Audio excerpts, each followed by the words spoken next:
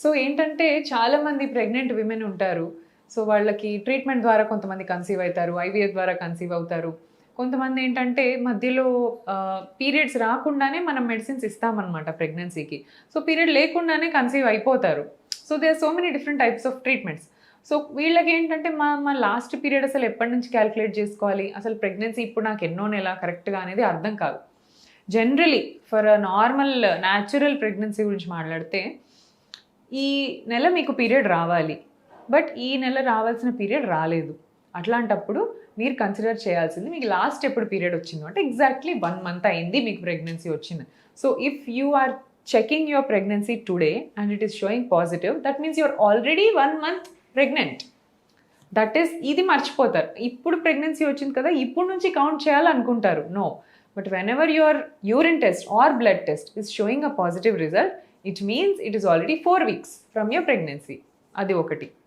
And ఇంకొంతమందికి ఐవీఎఫ్లో మనము periods రాకుండా కొన్ని డౌన్ రెగ్యులేషన్ కోసం మెడిసిన్స్ ఇస్తాం. అంటే uterus, adenomyosis uterus, endometriosis, fibroids ఉన్న వాళ్ళల్లో పీరియడ్స్ వస్తే వాళ్ళకి అది ఇంక్రీజ్ అవుతాయి ప్రాబ్లమ్. సో అందుకే పీరియడ్ రాకుండా మెడిసిన్ పెట్టి దాంట్లోనే ఎంబ్రియో పెట్టేస్తాం లైనింగ్ మంచిగా ప్రిపేర్ అయ్యాక. సో వాళ్ళకి పీరియడ్ రాదు కాబట్టి లాస్ట్ డేట్ ఎట్లా కౌంట్ చేసుకోవాలో తెలియదు. సో వీళ్ళు ఏంటంటే వాళ్ళకి ఎంబ్రియో ట్రాన్స్ఫర్ జరిగిన ఒక 15 రోజుల ముందు నుంచి వాళ్ళ డేట్ లాగా కన్సిడర్ చేసుకోవాలి. సో ఎంబ్రియో ట్రాన్స్ఫర్ మీకు 15వ తారీఖు అయింది అంటే మీరు 1st తారీఖు మీ ఎల్ఎంపి, అంటే లాస్ట్ మిస్ అయిన పీరియడ్ 1st తారీఖు అని గుర్తుపెట్టుకోవాలి.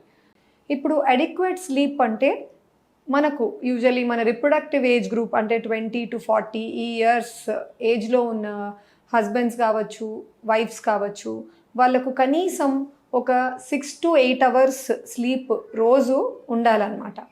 అలా అని చెప్పేసి ఎప్పుడో అర్లీ మార్నింగ్ లేట్గా 2కి 3కి పడుకొని లేట్గా 9-10కి లేస్తున్నాము, 6-7 hours అయితే నిద్రపోతున్నాము కదా అంటే అది తప్పు. ఖచ్చితంగా మ్యాక్సిమం మీరు అట్లీస్ట్ 11 కల్లా నిద్రపోవాలి. ఎందుకంటారా, 12 o'clock దాటినప్పటి నుంచి లేట్గా నిద్రపోయినప్పుడు మీకు ఆ వచ్చే నిద్ర మంచిగా ఉండదండి.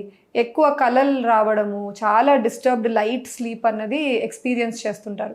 అందుకనే మీరు ఆ 6-7 గంటలు మీరు నిద్రపోయినప్పటికీ లేచినప్పుడు చాలా టయర్డ్గా, ఎగ్జాస్టెడ్గా, ఫ్రెష్ అనిపించదు అనమాట. ఇప్పుడు మన ఇన్ఫర్టిలిటీకి ఇది ఎలా ప్రాబ్లం అవ్వచ్చు, మగవాళ్ళల్లో ఆడవాళ్ళల్లో సపరేట్గా డిస్కస్ చేస్తాను. ఫస్ట్ మగవాళ్ళలో మాట్లాడతాను. ఇప్పుడు మగవాళ్ళలో ఏమవుతుందంటే లేట్ నైట్ పార్టీయింగ్ కానీ, లేదా ఏదైనా సాఫ్ట్వేర్ ఎంప్లాయీస్ వాళ్ళకి నైట్ షిఫ్ట్ ఉండొచ్చు, వర్క్ చేస్తూ ఉంటారు. సో ఇలా చేయడం వల్ల వాళ్ళు నైట్ స్లీప్ కరెక్ట్ టైంకి నిద్రపోయి కరెక్ట్ టైంకి లేకపోతే వాళ్ళలో హార్మోన్ టెస్టోస్ట్రోన్ అని ఒకటి ఉంటుంది మగవాళ్ళలో. ఈ టెస్టోస్ట్రోన్ హార్మోన్ ప్రొడక్షన్ అన్నది ఎక్కువ శాతం రాత్రి జరుగుతుందండి. అది కూడా లైట్స్ ఆఫ్ చేసుకొని పడుకోమని చెప్తాం. లైట్స్ ఆన్ చేసి పడుకోవడం కూడా మంచి హ్యాబిట్ కాదు. సో అలా డార్క్ ఎన్వైర్న్మెంట్లో ఇది ఎక్కువ ప్రొడ్యూస్ అవుతుంది. మోస్ట్లీ ఇన్ఫర్టిలిటీలో ఐవీఎఫ్కి వెళ్ళే కపుల్స్కి ఉండే మేజర్ డౌట్ ఏంటి అంటే వాళ్ళ గ్యామెట్స్ అనేవి మిస్ మ్యాచ్ అవుతున్నాయా, అంటే వేరే గ్యామెట్స్తో ఏమైనా మిక్స్ అవుతున్నాయా, వీళ్ళ గ్యామెట్స్నే యూస్ చేసి ఎంబ్రియోస్ వీళ్ళకే మనం ఎంబ్రియో ట్రాన్స్ఫర్ చేస్తున్నామా లేదా అన్నది ఇంపార్టెంట్ డౌట్ పేషెంట్స్ అందరికీ ఉంటుంది.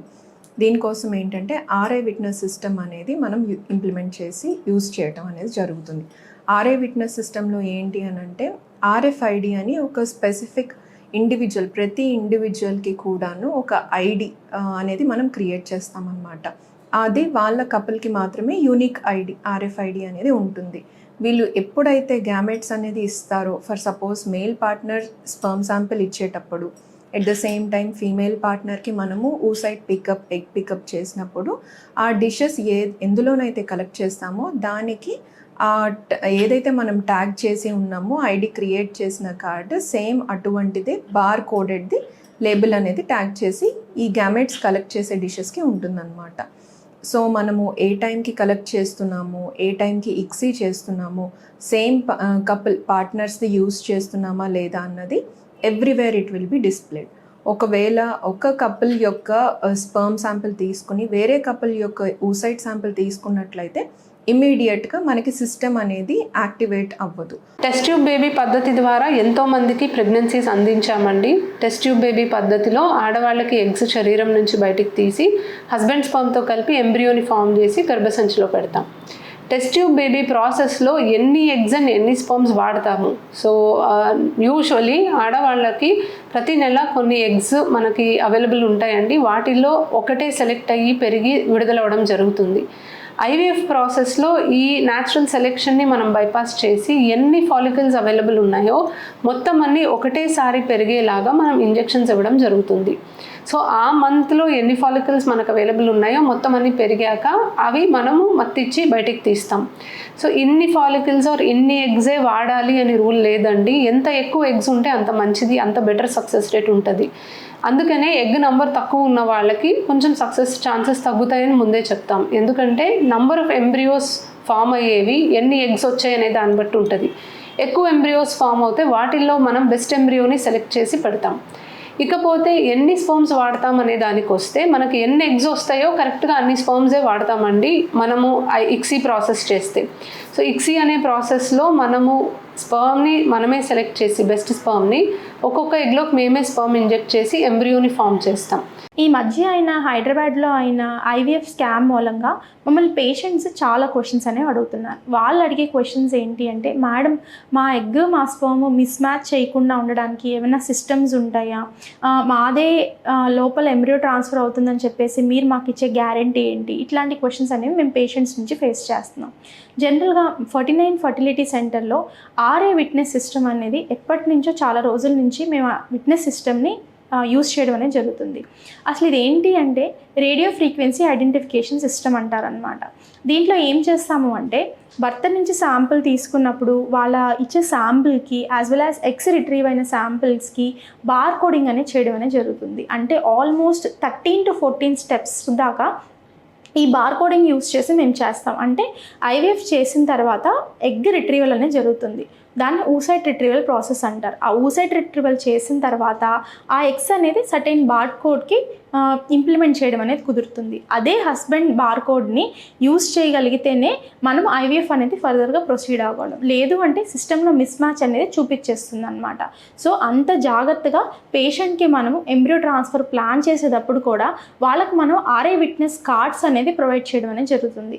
ఆర్ఐ విట్నెస్ కార్డ్స్ వాళ్ళు పేషెంట్ దగ్గర ఉంచుకుని మనకి ఎప్పుడైతే ఆ కార్డ్స్ అనేవి తీసుకొచ్చి మా దాకా ఇస్తారో అప్పుడే వాళ్ళ ఎంబ్రియోస్ని మనం బయటికి తా చేసి ఆ ఎంబ్రియోస్ని పేషెంట్కి ట్రాన్స్ఫర్ చేయడం అనేది కుదురుతుంది అనమాట.